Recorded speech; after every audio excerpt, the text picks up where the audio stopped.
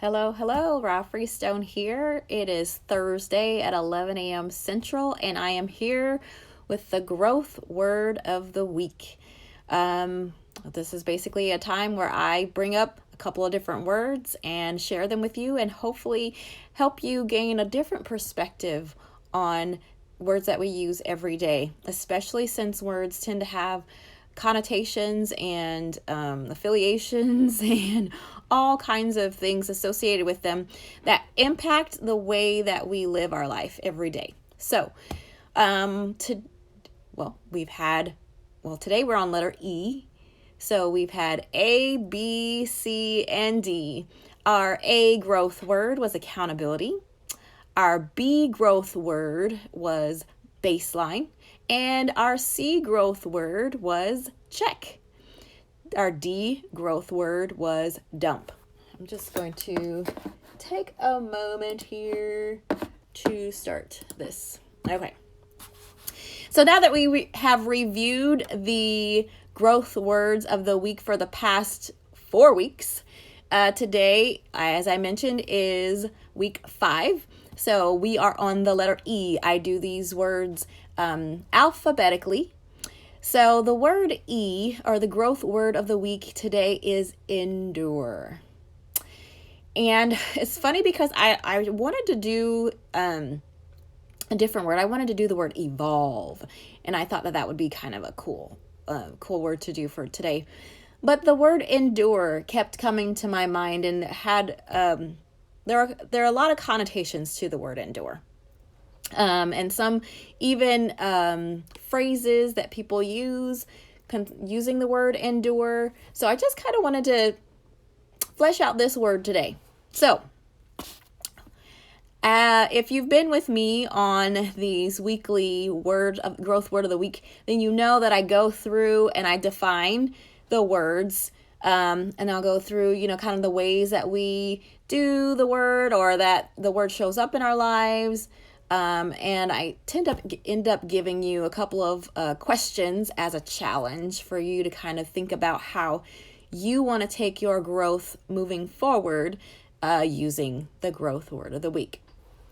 So, without any further ado, endure. Here are some definitions of the word endure. So, it means to suffer something painful or difficult patiently. So to suffer something painful or difficult patiently. It also means to remain in existence. So if something lasts throughout a particular period of time or for a while, then it has endured. So it comes from the Latin word endurare, which means harden. And it's from which is the word in, and durus, which means hard. So in hard. So you're in the hard thing. It also means to hold against, to hold out against. So to hold out against some other force that's pressing against you. To sustain without impairment or yielding. Another definition of the word endure, our growth word of the week, is to undergo, especially without giving in. And I want to add to that, without giving in to temptation. So giving in specifically to any temptation that comes up. Another definition is to bear without resistance. This is a good one here, and it's got a couple of specific things that it talks about that we endure. So it says to remain firm under suffering or misfortune without yielding, though it is difficult. So to remain firm under suffering or misfortune without yielding, though it is difficult. To regard with acceptance or tolerance. And I saved this one for last because I want to expand on this one. I try not to do too much study and thinking out all of these things before I get on here, just because I want to be able to allow you the opportunity to think about what you think and what resonates with you. So instead, actually, I'm going to wait. I'm just going to take a moment, actually, right now, to let you just kind of process some of that and think about your own definition of endurance. Typically, I do that in the beginning, but I did not do that today. So I'm going to do that right now. So what does the word endure mean to you? Endure. So now that you've had a moment to think about that, if we were in a session or a workshop of some sort, I would have you write those things down. Literally write down the first thing that comes to your mind, or a picture or a phrase or anything that comes to your mind when you hear this word. And now I'm going to introduce you to the last definition that I found. And basically these are all from online, because online dictionaries and whatnot. And sometimes I just grab them from wherever, just for perspective. But this last one is definition of endure is to continue in the same state. That's interesting to me. So we talked about state of being. I think we talked about the word accountability. We talked about the state of being. Okay, so how we endure has a lot to do with the state that we're in. So that's a good segue. So I've always heard this phrase, endure to the end, or endure it well. And to me, that makes me wonder if the state that I'm in from the beginning of this opportunity to endure continues throughout the experience.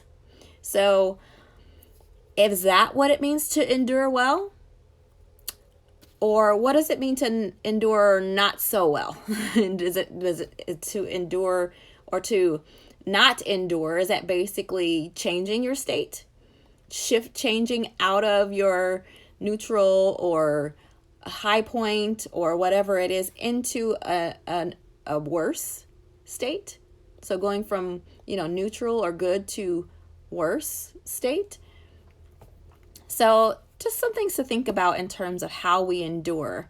But typically, and I think from all these definitions, especially when it talks about, suffering something painful without, or with patience, it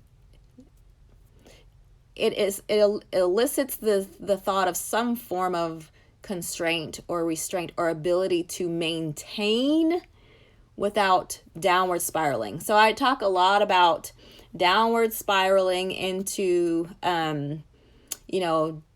worse states of being, or emotion, deep and difficult and hard and negative emotions.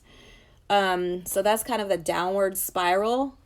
But this talks specifically about continuing in the same state, which goes into the next question, or the next thing to think about, which is when we endure. When do we endure? So sometimes when we're experiencing things in life, we are conscious and conscientious about how we're making it through. Sometimes we're very intentional, and sometimes we even have checklists and bullet points and books or whatever it is, like make it very specific and intentional about how we endure some specific problem or process or experience. But there are times when things happen and we endure them, and it's more subconscious or kind of by default. Sometimes we endure things just because we feel like we have to, right? Or it's just kind of a default subconscious not giving up. It's just a lack of giving up that we endure. And then, of course, there's the opposite of that, opposite of endurance, which is basically giving up. And that looks different depending on the circumstances that you're in. So, how we endure is kind of related to this concept of, when we're enduring, how we're showing up. So sometimes we allow ourselves to be distracted. We just kind of pick things to do, things to busy ourselves while we're trying to endure something. Sometimes we're very avoidant and even blind, like trying to cover our eyes so that we don't see, or like close your ears so you don't hear, or close your mouth so you don't say anything. So we try to, shut ourselves down or off in order to endure. And then there's this concept of enduring mindfully. Now that's more related to continuing in a same state. I like to think of this maybe not necessarily the same state, but maybe shifting into a mindful state to help endure, which is basically one of the next things I want to talk about, which is, what helps us to endure. And so sometimes we just have this great inner strength within us that just our personality or whatever it is, our upbringing that just gives us this strength, and we just kind of, we just grin and bear it and we just go through. Sometimes, people have a very strong support system outside of them that helps them to kind of cocoon them and help support them in their endurance through hard things. Typically in strong communities, that kind of happens when people go through difficult things like, divorce or widowhood or loss of a loved one, a child or a family member. Mourning are situations where people tend to have this outer support system that helps them through and endure. Then there's also the spiritual side of it, the spiritual strength. So it's a little bit different from personality in that spiritual strength is more garnered from a deeper place within. And sometimes it's intentional. It's definitely a place that has been cultivated or intentionally tapped into. More specifically, for a Christian, it would be their faith in Jesus Christ that would help them endure and tap into that ability to move forward, to hold out against, to remain firm under suffering or misfortune without yielding, though it is difficult. So I want to talk a little bit about why we endure things as well, because some of these are related to, how we are helped to endure things, and some of these are just related to, our personality, our faith. So let's get into that. Okay, so one of the reasons why we endure things is because we don't want to give in to the opposition or the temptation that the opposition provides. So I think of this a lot of times, like in movies where you have like the good guy, and sometimes the good guy is like tempted by the bad guy to join the bad guy and, to get out of his struggle or to avoid the pain of whatever it is that he's doing. So join me and I'll save you from this pain so you don't have to endure anymore. So sometimes we just endure because we don't want to give in to the opposition. We know that our cause is stronger than that cause, and we stand firm. Like it says before, remaining firm under suffering or misfortune without yielding, though it is difficult or tempting. Sometimes we endure because the reward of doing it is greater than the pain that we experience during the enduring, in the process of enduring. Sometimes we endure because, it's beneficial to others. I think of superheroes too in this circumstance, right? A lot of times superheroes endure, the fight with the enemy or the bad guy because they are fighting for a greater purpose, fighting for a whole city or a town or the world. They're trying to save the world, right? There's this big grand cause that they are fighting for. Again, not wanting to give in to the opposition, but also wanting to save others. Which is also another reason, which is a strong sense of accountability or purpose or responsibility for something or someone. And that can be a personality thing as well. But also sometimes we endure because the threat of harm or pain that can be inflicted on us if we do not endure can be greater. So maybe the consequences of not enduring may be greater than just enduring it at the moment. So it's maybe like this. This is kind of related to the reward, but going through this long, hard thing, once you get through it, that you're avoiding future issues that will be compounded because if you did not endure. And I'm going to write that word consequence down because I did not write that before. So some examples of enduring, we talked a little bit about that, and some of the things that help us to endure as well. Concepts such as faith, hope, love, strength, inner strength. I think of Viktor Frankl sometimes when I think of endurance. A personal example, I remember being a young widow, and I remember having a memorial service in the town, my hometown, which was the town where there was a group known for picketing military funerals. And I knew that they knew the service was coming and they were going to be doing their thing. But one of the things that helped, there was a group they're called Patriot Guard Riders.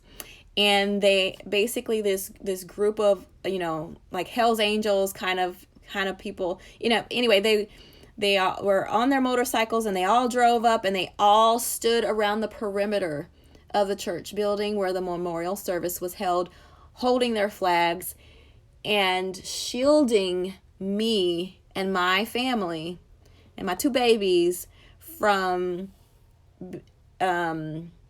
even seeing these picketers on the other side of them. And it helped me, I feel like, to endure that. That was the second, I don't know if it was the second or third memorial service I had gone through. But anyway, it helped me to endure that experience. And so that was just a beautiful display of other people or a support system around you helping you to endure a difficult time. So now it is time for questions. Okay, so I'm a life coach. I'm the proactive stress management coach, and I like to ask questions. So I typically end every one of my growth word of the week sessions with questions. And I have 2 of them for you today. Well, actually I have 3. So the first question is kind of related to what I just shared, and that's basically who or what has helped you endure a difficult time or situation in the past. So who or what has helped you endure a specific situation or difficult experience in the past? So that's something to think about. A second question is, a lot of times when we endure, we're like, okay, endure to the end. Okay, where is the end? Like a lot of times we spend time and energy and resources kind of, thinking about what the end is going to be, trying to like picture it in our minds, trying to plan it out. So the question for you is, how much time and energy do you spend trying to determine what the end of your trial or experience or whatever it is that you're going through looks like? Your suffering, whatever it is. Like, how much time and energy do you spend trying to determine what the end of your experience that you're suffering through looks like? So think about that for a moment. And again, I encourage you to pull out a notebook or a journal or even a sticky note. If you have thoughts come to your mind, and the first thing that comes to your mind, or whatever it is that pricks your heart, think about that. And so the last question is a timing question. Because one of the first definitions that we talked about is to suffer something painful or difficult patiently. And a lot of times we talk about how little patience we actually have. So I'm going to give you this challenge here, and this is a question. And to think about, how open are you to the win of the end? Okay, so how open are you to when the end of your trial, circumstance, situation, suffering, whatever it is, will come? How open are you to when the end will come? Well, that's all I have for you today. Again, Ra Freestone with the Growth Word of the Week, helping you to shift your perspective using everyday words and helping you shift into maybe just one little inch or piece of perspective shifting so that you can look at things differently, because how we show up in life a lot of times is related to the words that we use and how we feel about them, what we think about them, what people say to us, all those kinds of things. So here's to you and your growth journey. Ra Freestone signing out. Maybe